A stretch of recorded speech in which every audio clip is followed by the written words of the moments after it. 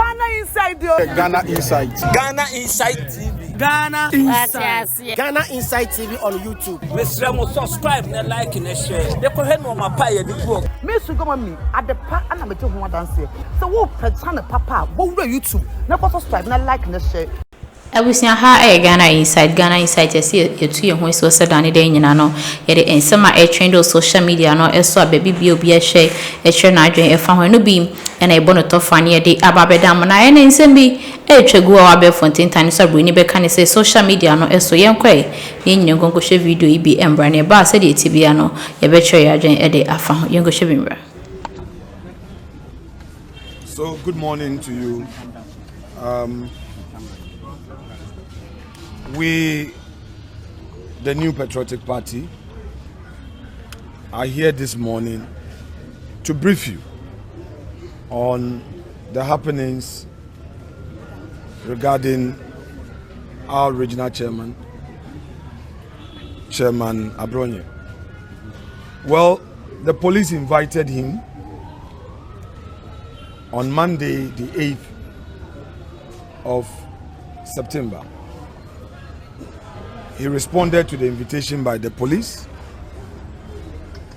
went with his lawyers, submitted himself to interrogations. Within an hour of interrogations, he was whisked into NIB custody. The question is, why would the police investigating a matter and has its own police cells decide to send a citizen who is being investigated on a matter which is a misdemeanor into NIB custody? It must be stated that our checks at the NIB confirms that the NIB is not interrogating Abronye, neither are they investigating him. According to the NIB, they are only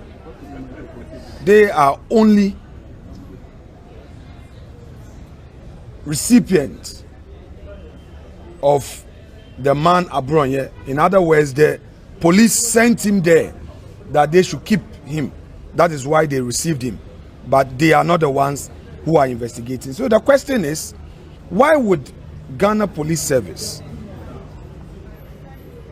claim to be investigating a person and rather decide to send him to NIB cells? Is it to punish him or what? Then they kept him the whole of Monday night, and Tuesday morning, being the 9th, he was brought to court. When they brought him to court, the counsel for Mr. Abronye applied for bail. The police insisted that they still needed him for further investigation. Therefore, they want him to be remanded into lawful custody. Of course, the judge upheld the application and remanded Abronye to be brought to court today. Now, the sad part of it is that when he left court, the police handcuffed him. By the way, the man was handcuffed and put in Black Maria. And when he got into court, he was released from the handcuffs in court, and after court, they again handcuffed him. And I think the whole country saw him being marched into the Black Maria in handcuffs. Again, instead of complying with the court order, if the police is investigating and secures a remand, the remand is into police custody, because you, the police, claim that you need him for investigation, further investigation. You need to interrogate him further. Now, to surprise you to know that the police again sent the original chairman to NIB cells. And not that he's being interrogated, nobody is interrogating him. So it is clear that his rights are being abused using the court as a channel. Ladies and gentlemen of the press, yesterday when a UK Minister of State visited Parliament, in my interactions, I had this to say, that the time has come for political leaders to end the I do you, you do me, or you do me, I do you. Democracy cannot be sustained, protected, and advanced through such actions. Ghana must make progress. Since 1992, when we started this democracy, we've gone through challenges. I think that under this reset dispensation, we'll see something different. But this situation of abusing human rights under the guise of ensuring law and order isn't there here nor there. If you look at the charges, these are all misdemeanor. These are charges that are not serious offenses. If you say somebody is publishing fake news with the intent to cause fear and panic, it's a mere misdemeanor. Then you again say that his conduct is offensive conduct and it breaches the peace. These are not serious matters, and I mean, this shouldn't lead to somebody being put in Black Maria. On the contrary,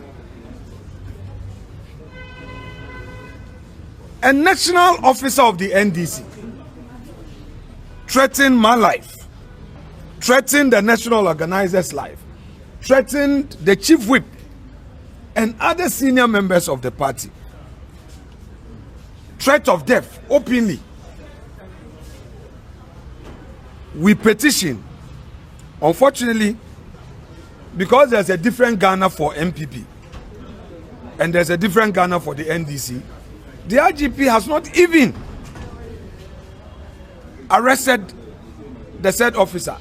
A communication officer of the NDC in Ghana constituency also repeated this said threat, but he has not been arrested, and that is what we see.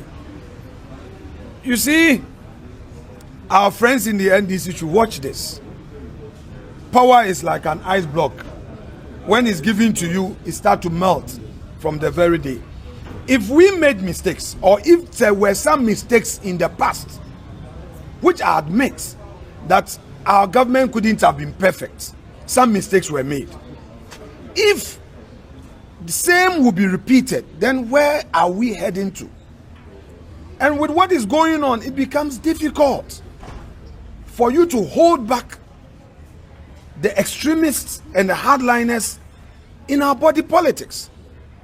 Because if today a chief justice is going through a committee hearing and hurriedly, when the hearing is not done, a report is done and she's removed. If today somebody makes himself available for interrogation and suddenly he's remanded, we know what is happening at the Yoko. They will keep you and then now set some very onerous bail terms, making it practically impossible for you to meet the terms. Everybody is watching. I would appeal to governments to stop these excesses. I will appeal to the IGP and the Ghana Police Service to ensure that high-level professionalism is brought to bear. We are all Ghanaians. 2028 is not far away. Our friends in the NDC who are happy about some of these things, and when we even speak, they say, oh, it happened yesterday. So should it continue and continue and continue? And when will it end? Look, around us, I'm a member of the ECOWAS Parliament. I've run through the sub-region. I've traveled within the sub-region. And it's some of these things that they kept doing to themselves that degenerated and has destroyed their democracies. Ghana is an example of democracy, and we should not blot it with some of these actions. Let's make create a peaceful Ghana, one Ghana that all of us will be happy to be part, no matter our political interest. Such a thing must stop. We are battling with Galamsey. Our city is struggling. Our youth need jobs. I think this should be the bona fides of our government rather than targeting opponents. Of course, I would also not encourage foul language in our body politics. I will not encourage it, whether within or without. But the state must be measured in its approach. We are here, it is past 9. He's still not here. The judge is ready, is sitting. They've still not brought him. We'll patiently wait, since they wield absolute power. And perhaps they don't believe in the constitution. There's nothing we can do. We are helpless. We are in their hands. However they may want to approach it, we are watching. Ghanaians are watching. The